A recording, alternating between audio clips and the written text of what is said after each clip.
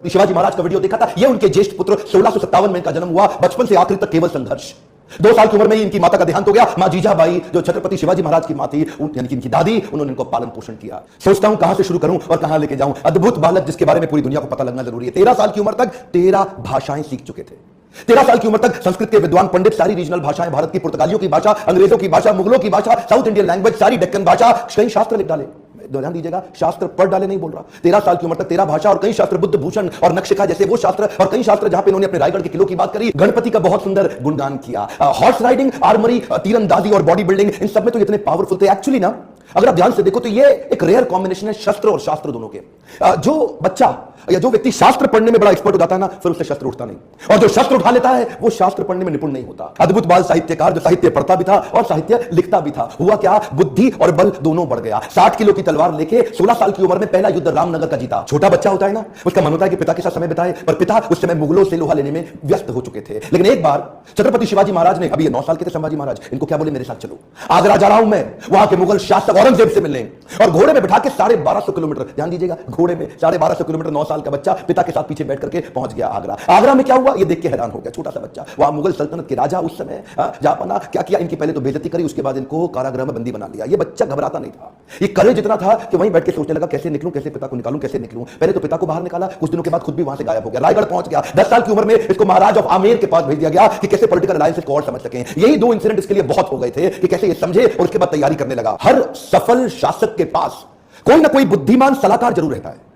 चंद्रगुप्त मौर्य के पास चाणक्य पंडित थे जिन्होंने धनानंद के सारे साम्राज्य को उखाड़ा था। ठीक इसी प्रकार इन्होंने उज्जैन के कवि को, कवि कलश, उनको अपना सलाहकार, एडवाइजर, फ्रेंड, फिलोसोफर, गाइड बनाया, जो अपनी कविताओं के माध्यम से इनकी विचारधारा को तैयार किया करते थे, इनकी सोचने की क्षमता, इनके बैरियर्स को खत्म करते थे। वो उनके ऐसे महान इंटेलिजेंट एडवाइजर थे जो हमेशा इनके, कवि कलश को हमेशा अपने साथ रखते थे। पिता भी युद्ध लड़ने में बिजी थे। इन्होंने 19 साल की उम्र में शुरू कर दिया। 23 साल की उम्र में 1681 में पिता छत्रपति शिवाजी महाराज वीर मराठा, इन्होंने 1 मिनट समय नहीं देर गवाया, तुरंत तैयारी करी। तुरंत क्या तैयारी करी, औरंगाबाद में औरंगजेब का सबसे बड़ा किला, और ये सोचने लगे कि हमारे पास आज धन की तो कमी है, और अगर इसके किले को पहली बार में मैं उखाड़ दूं, इनका धन घटेगा, मेरा बढ़ेगा, डबल बेनिफिट। औरंगाबाद की इस बड़ी लूट और बड़ी हार ने औरंगजेब को एकदम हैरान कर दिया। औरंगजेब ने सोचा भी नहीं था कि 23 साल का जो बच्चा है ये ऐसा कैसे कर सकता है। और इसने अपने हुसैन अली खान नाम का अपना सबसे बड़ा जनरल, उसको 20,000 हाथी और सैनिकों के साथ, घोड़ों के साथ, पशुओं के साथ भेजा कि इसको खत्म कर। हुसैन अली खान बोला कि 2 दिन में खत्म कराऊंगा, 2 दिन में खत्म। वहां पे मराठा इतने तेज, और इसका जो करेज था ना, इनकी लीडरशिप बड़ी पावरफुल थी। मराठा इकट्ठे हो गए और हुसैन अली खान को 1 साल लगा, कुछ नहीं कर पाया, कई बार उसको मारा। इसने इसको वापस बुलाया और 1680, 81, 82 कई दफा अटैक कराया। अच्छा, एक भी लड़ाई नहीं। एक बात बताएं आपको, पूरे इतिहास के अंदर शायद छत्रपति संभाजी महाराज ही अकेला ऐसा योद्धा रहा होगा हमारे देश से जिसने 9 साल के अंदर 120 लड़ाइयां लड़ी, लेकिन एक भी नहीं हारा। औरंगजेब सोचा पूरा नॉर्थ तो मैं जीत चुका हूं, अब तो केवल डेक्कन बाकी रह गया है। डेक्कन समझते ना, उस समय का जो दक्षिण था, अहमदनगर से नीचे लेके जो आज का केरला, कर्नाटका, तमिलनाडु, आंध्रा, हैदराबाद, जितना भी आज पूरा देखते हैं महाराष्ट्र मिला के, वो सोचा कि बस ये डेक्कन जीतना बाकी रह गया है। तो वो महाराष्ट्र की तरफ जब बढ़ने लगा तो वहीं औरंगजेब ने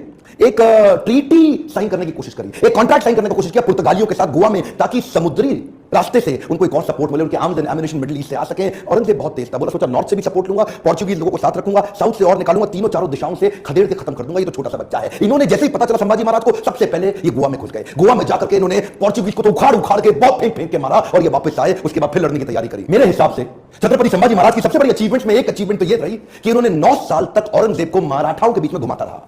औरंगजेब एक्चुअली नॉर्थ छोड़ के यहां आ गया और मराठाओं के बीच में इतना घुमाया, 8 लाख की सेना, इनकी 20,000 की सेना। इन्होंने मराठाओं को इधर से मार, उधर से मार, इतनी लड़ाइयां लड़ी, एक बार भी औरंगजेब जीत नहीं पाया। अच्छा, हुआ ये क्योंकि इनको यहां बिजी रखा ना, जरा ध्यान दीजिएगा, तो उधर नॉर्थ में, डेक्कन में बिजी रख करके, उधर नॉर्थ में, पंजाब के अंदर, बुंदेलखंड के अंदर, राजस्थान के अंदर स्वदेशी सल्तनतें वापस तैयार होने लगी। उधर 9 साल का गैप मिल गया ना, तो 9 साल के अंदर स्वदेशी ताकतें फिर खड़े होने लगी। हमारे देश के हिंदू राजा वापस आए मुगलों से लड़ने के लिए। ये इसको गोल गोल घुमाते रहे, इतना गोल गोल घुमाया कि पूरे भारत को जीतने का गोल हाथ से छूट गया। गोल गोल घुमा, गोल नहीं पूरा हुआ। औरंगजेब वो कहां रुकने वाला था, उसने नई तरकीबें लगानी शुरू कर दी। नीचे से सिद्दीस को साथ में लिया, मैसूर के राजा को अपने साथ मिलाया, पुर्तगालियों को फिर ताकतवर बनाया, चारों तरफ से घेरने की कोशिश करी मराठाओं को। लेकिन ये उम्र से तो छोटे थे, लेकिन उम्र इनके लिए कोई बड़ी बात थी नहीं। ऐसे confident, powerful in decision making, leadership बड़ी अद्भुत, उम्र से काफी आगे चल रहे थे, इनोवेशंस बिल्ड करने शुरू कर दिए। क्योंकि धन पैसा कम था तो उन्होंने क्या किया, अपने इलाके के सारे मोचियों को और दर्जियों को इकट्ठा किया। उनको बोला आओ पेड़ से ना रबड़ का कपड़ा बनाओ निकाल करके, और लकड़ी की छालों को निकाल के तीर बनाओ, रबड़ के कपड़े को उसके आगे लपेट दो, एक तरफ तेल लगाओ दूसरी तरफ बारूद लगाओ, रबड़ का कपड़ा जल्दी जलता नहीं है, और तेल जला करके तीर को छोड़ दो, जैसे ही जाके निशाने पर टकराएगा उसका जो गन पाउडर है बारूद विस्फोट करेगा, भयंकर तबाही मचाएगा। नए नए इनोवेशंस लेके आए। मैं बोल रहा हूं ना, बुद्धि से बहुत तेज थे। औरंगजेब को भी तो मानना पड़ेगा ना। हाँ, हारते थे मार खाते थे फिर खड़े हो जाते थे लड़ने को, हारते थे मार खाते थे फिर खड़े हो जाते थे, और अकेले नहीं लड़ते थे, लोगों को साथ में लेके मराठाओं को घेरने में। ये चिक्कादेव राय नाम का एक राजा था जो इनके साथ पूरी तरह मिल चुका था। इसने क्या किया, छत्रपति संभाजी महाराज ये सबको बोल दिए, एक ने भी अगर औरंगजेब की नस्लें खत्म कर दूंगा, बर्बाद कर दूंगा, मराठा हूं मैं, अपने देश के लिए काम करता हूं। और वो चिक्कादेव राय के बाद पुर्तगालियों को और सिद्धियों सबको खत्म करते चले गए। सबसे एक बात ना औरंगजेब की समझ में आ गई कि ये जो लड़का है ना, इसको मार नहीं सकते, इसको हरा नहीं सकते। संभाजी राजे भोसले 9 साल तक इनको पीटते मारते रहे, समझ में आ गया औरंगजेब इसको नहीं हरा सकते, सामने से तो नहीं लड़ सकते, कुछ और क्यों ना करें।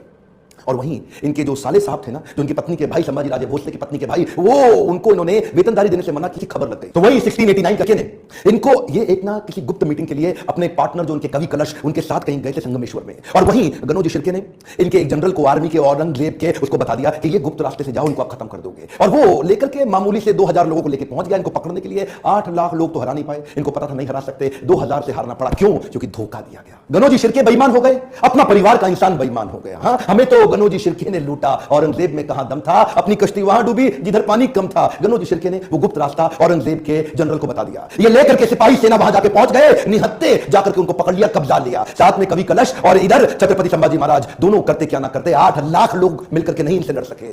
चोरी से इनको जाके पकड़ लिया। औरंगजेब अंदर तक खुन्नस खाया हुआ था संभाजी महाराज से। कवि कलश संभाजी महाराज को लेके ऊंट से उल्टा टांग दिया, उल्टा टांग के पूरे शहर में घुमाया, बहुत मारा पीटा, लोगों को बोला इन पे मूत्र त्यागो, इनको मारो, पत्थर फेंको। उसके बाद बुला के बोला 3 प्रश्न, मराठा किंगडम मेरे हवाले कर दो, ट्रिब्यूटरी प्रिंस बना दूंगा, जो सोना गहना छुपाया चोरी किया है मुझको वापस कर दो, और किसने तुम्हारी मदद करी उसका नाम बताओ, तीसरा अपना धर्म परिवर्तन कर लो। ये 3 काम कर लो, आज जीवित बचोगे और मेरे साथ रहोगे, ताकतवर बना दूंगा तुमको। संभाजी महाराज और कवि कलश की आंखों में इतना सा भी डर नहीं था। उसको बोले कि मैं मराठाओं की जमीन तुम्हारे नाम नहीं करूंगा, अपने धर्म का बलिदान नहीं करूंगा, 1000 बार मारो, अगली बार फिर जन्म लूंगा, अपने ही धर्म में लूंगा। रुका नहीं, उन्होंने अन्न जल का त्याग कर दिया और शरीर को लेकर सुन्न हो गए। वो उनके नाखून उखाड़ते चले गए, आंखों में मिर्चियां डालते चले गए। उसके बाद जलती सलाखें लेके आंखों में डालते वक्त फिर पूछा, उसको भी डाल दिया। ये बोले नहीं कुछ भी, ये शांत खड़े रहे। पीड़ा बहुत हुई लेकिन ये नहीं बोले हमको छोड़ दो, माफ कर दो। उंगलियां काटनी शुरू करी, पांव की काटी, पांव काटे, हाथ काट दिए, बालों को उखाड़ दिया, वो हाल किया। उसके बाद धीरे धीरे खाल उतारने लगे। हर बार पूछते थे 3 प्रश्न, अपना धन दे दो, जमीन दे दो और धर्म परिवर्तन कर लो। ये सुन्न खड़े रहे वहां पे। ये दर्दनाक सिलसिला 40 दिन तक चलता रहा। औरंगजेब रोज शाम को आके उनसे पूछता था बता दो बता दो, और आखिरी में बोला कि मैं तुम्हारे आगे हार मान गया, मेरी 4 संतानें, अगर मेरा एक भी बेटा तेरे जैसा होता ना संभाजी महाराज, पूरे देश को मुगल सल्तनत बना देता, इस देश को भारतवर्ष को मुगल सल्तनत बना देता, तेरे आगे मैं हार मान गया। काट डालो उसका शरीर, काट डालो उसका शरीर, टुकड़े टुकड़े कर दिए उनके, वाघ नख लेके छोटे छोटे टुकड़े करके उनको बोला नदी के पास फेंक दो। समस्त मुगल राजाओं में औरंगजेब एक अमानवीय इनह्यूमन राजा था। बहरहाल मौका मिल गया सारे मराठाओं को एक होने का। उन्होंने शरीर के टुकड़े उठाए शंभूजी महाराज के, उनको सिल के उनका अंतिम संस्कार किया। लेकिन अब हर घर महल बन गया, हर औरत सेना में आ गई, हर पत्ता तीर बन गया। देश धर्म पर मिटने वाला शेर शिवा का छावा था, महापराक्रमी परम प्रतापी एक ही शंभू राजा था। सारी मराठा कम्युनिटी एक हो गई और उसके बाद दोबारा युद्ध छेड़ा गया, खत्म हो गया। दक्कन का सुल्तान बनने का उसका सपना कुछ ही साल के अंदर वहीं दक्कन की भूमि में मारा गया, वहीं खत्म हो गया। औरंगजेब देश को नहीं जीत पाया। गर्व है मुझे कि मैंने जन्म लिया ऐसे देश में जहां वीर मराठा संभाजी महाराज का जन्म हुआ, पर दुख है मुझे कि देश आज ऐसे वीरों को भूलता चला जा रहा है। आज मेरी, आपकी, हर मराठा की और पूरे देश की जिम्मेदारी है कि इनकी कहानी पूरे देश को पता लगनी चाहिए। इस वीडियो को आग की तरह पूरे देश में फैला दो, बंद मत कर देना। इस वीडियो को शेयर किए बिना लाइक करिए। अगर आप